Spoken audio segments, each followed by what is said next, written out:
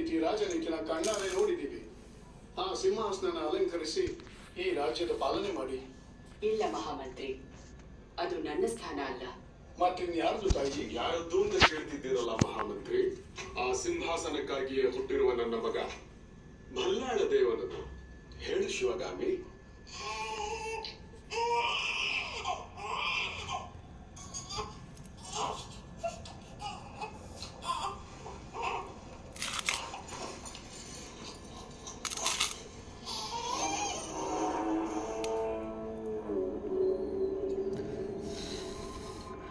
ನನ್ನಿಬ್ಬರು ಮಕ್ಕಳಿಗೂ ಈ ಸಿಂಹಾಸನದ ಮೇಲೆ ಸಮಾನ ಹಕ್ಕಿದೆ. ಬೆಳೆದು ದೊಡ್ಡವರಾದ್ಮೇಲೆ ಯಾರು ಮಹಾವೀರರಾಗ್ತಾರೋ, ಯಾರು ರಾಜ್ಯದ ಪ್ರಜೆಗಳ ಮನ್ನಣೆ ಪಡಿತಾರೋ ಅವರೇ ಮಹಾರಾಜ ಆಗ್ತಾರೆ.